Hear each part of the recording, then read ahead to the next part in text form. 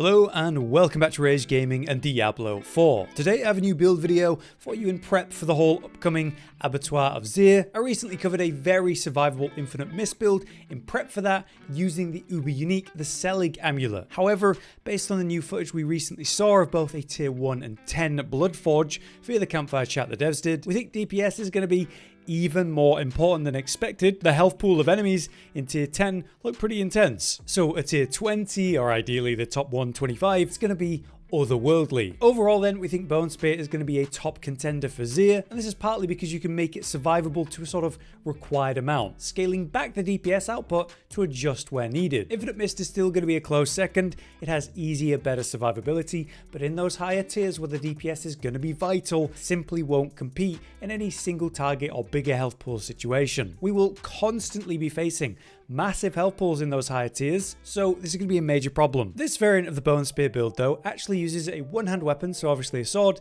and then the offhand shield in the Lidless Wall unique. As a shield, it provides massive survivability in one item, big damage reduction potential, more raw armor which is going to be really needed, and it enhances your one-hand weapon somewhat at the same time. It's certainly less DPS than having a focus or a two-hand weapon, but it's actually not as far behind as you might imagine. In turn, it provides a ton of survivability, straight up as a shield, but as its effect is going to be generating lots of bone storms all over the place, spreading damage and generating a healthy bubble of shield thanks to the shielding storm aspect, it provides a ton of survivability as one item. So using this build, you can fine tune how much damage and how much survivability you want to run, simply swapping in gear depending on what content you're about to do. And thanks to the upcoming new unique glyph, Tears of Blood, our DPS potentially still going to skyrocket. It's going to be ridiculously strong. With that in mind though, this is obviously a theory build made before we have access to that glyph, so I expect to come back with some major Paragon changes after the launch to update the build. Also, as a reminder,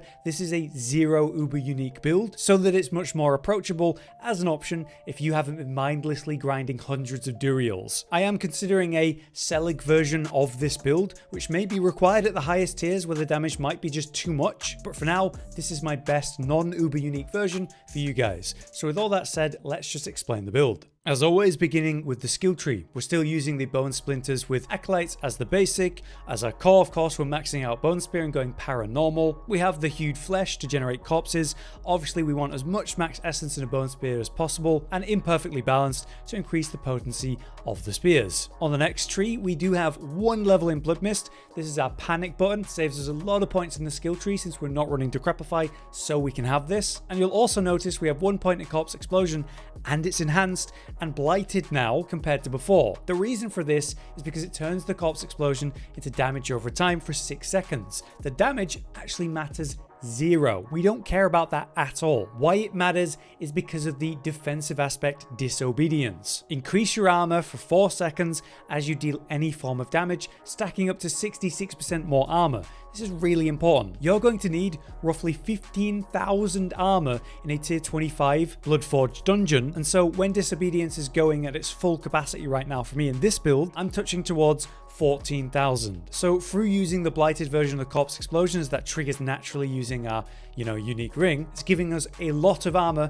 and a lot of survivability. While we're here, we're picking up 3 out of 3 Grim Harvest, so we're generating more essence through those corpses, and full levels in Fueled by Death for the big damage increase as we pop corpses constantly. On the next tree, we're taking 3 out of 3 Death's Embrace to deal more damage to close enemies and take less damage from them. Also picking up 3 out of 3 Death's Reach, since we will be playing at medium to long range as well, and that will greatly increase that damage. On the next tree, it's 1 point into Corpse Tendrils, enhanced to Plague, of course, for the vulnerable generation. For the bone passives, it's everything 3 out of 3 Insuration, Compound Fracture and Evulsion, and just 1 sneaky level in Rapid Ossification to help reset the cooldown of Bone Storm slightly. On the next tree, we are full Sacrifice, so Standalone and Memento Mori as always, and the full levels into Bone Storm and its enhancements, with the final point, the key passive, Ossified Essence. Book of the Dead, it's pretty standard stuff. You've got your Skirmishers for crit chance, you've got your Mages under Shadow for the max essence increase, and Golems under Iron for the standard crit strike damage improvements. Next up, we have our Vampiric Powers, the standard combo of Metamorphosis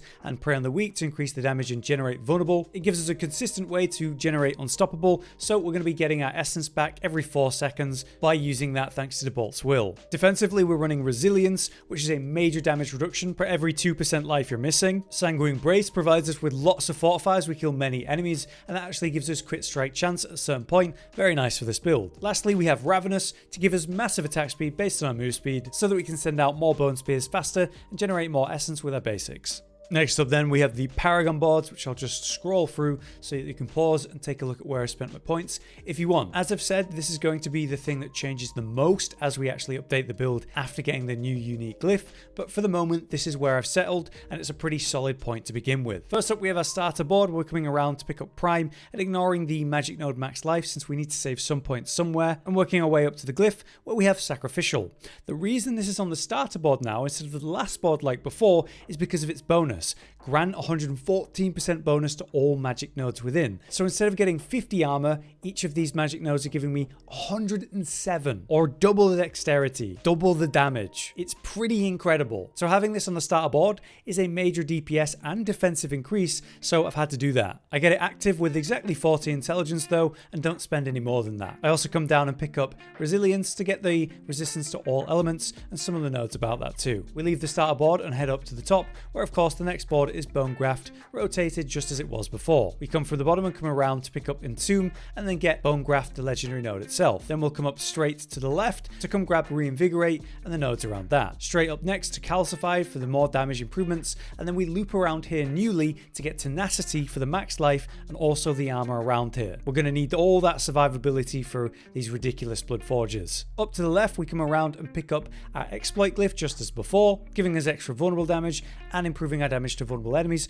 as we stack up the damage to 10% times potential. Also coming around to Shaper of Bone and the nodes around that. On the way out, we come to the left to our third board, which is once again Scent of Death. This is placed as your third board so that the rare nodes actually activate the secondary effect. We come into the left and come down picking up Corrective, grabbing the magic nodes for crit strike damage on the way, and making our way left and up through Preservation to pick up Territorial Glyph. We don't care about this massively, what we care about is the actual damage reduction it provides, so we can save some points here. That's why I've only spent the points around it, like so. At which point we come down and pick up Scent of Death, and come down to the left to also grab Ruin and a couple of nodes relevant to crit strike damage. Working our way down to our fourth board, which is of course again still Flesh Eater. We come straight down and to the right to come down to the actual glyph socket where I currently have Control. This is where I'm probably going to swap off Control and put in the new Tears of Blood unique glyph and pick up all of the nodes around it. That's very likely what I'll do, but I do want to do some testing. In any case, for now, we pick up Control and get 75 intelligence around it to enhance the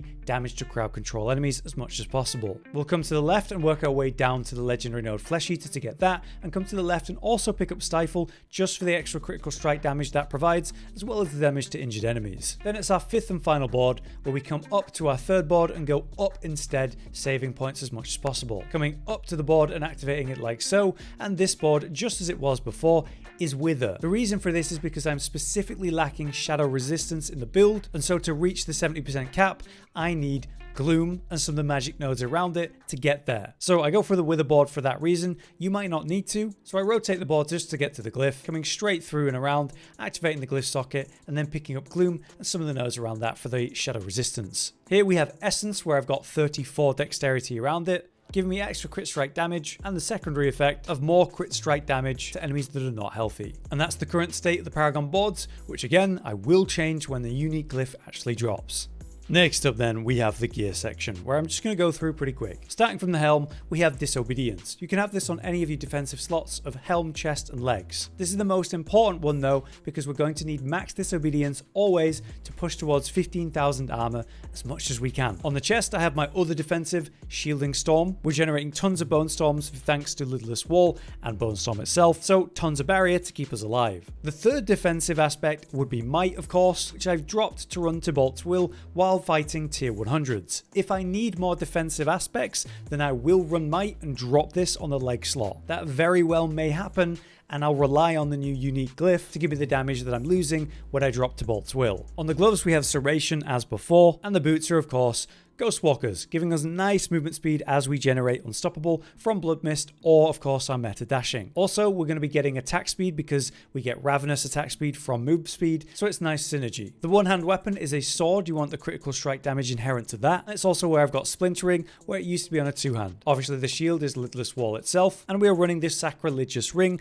to auto-generate Corpse Explosions and Corpse Tendrils. Just as before, we're using Exposed Flesh as our main source of essence generation, generating up to 50 when we hit vulnerable enemies based on lucky hit, so in a pack it triggers a lot. Finally, the amulet goes to Grasping Veins as before for the major DPS increase this provides. If you're doing the Selig version, a lot of this would change. Probably have to drop the Serration aspect because you couldn't fit it, but it's something we may talk about in the future when I get to that build. In terms of important affixes to be aware of, on your gloves as always you're going to want levels of Bone Spear, and on your amulet you want levels of the Evulsion passive. Offensively, you're looking for a crit strike chance and max essence as vital components to the build, followed by crit strike damage and vulnerable damage and resource gen of any kind. Defensively, as always, you're looking for total armor, damage reduction, max health, and then things like damage reduction while injured from distant and close enemies after that. For the gems, I've got max health in all of my armor and of course the shield. In the weapon, we have the increased crit strike damage to vulnerable enemies,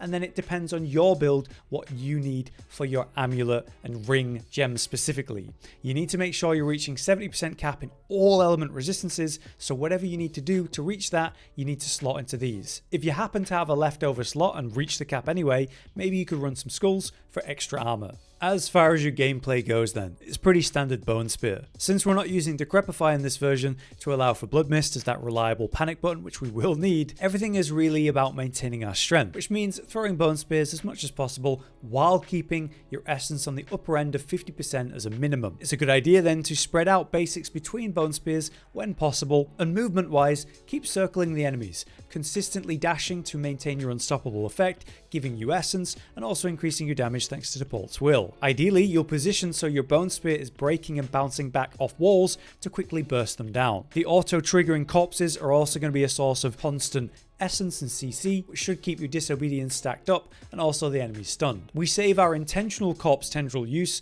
for whenever we need to hard CC an enemy or get some big burst at the right moment. As always, tight corridors are amazing for this build, where you can bounce the spear off tight walls and blast everything like a shotgun. The new unique glyph, Tears of Blood, that's coming is definitely going to turn things crazy. It'll not just revive the damage we've dropped to be more survivable, but it's going to massively push it forward and probably be the reason that we can clear the higher tiers. So it's going to be interesting to see how that turns out.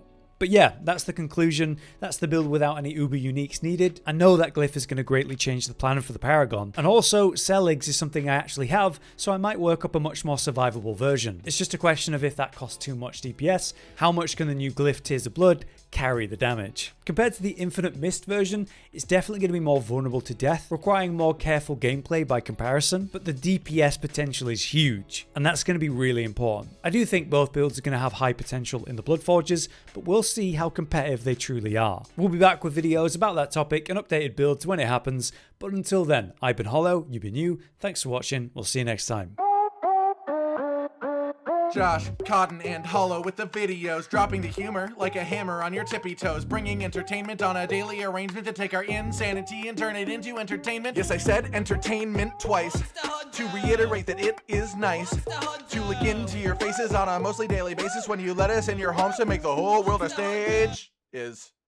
Goodbye.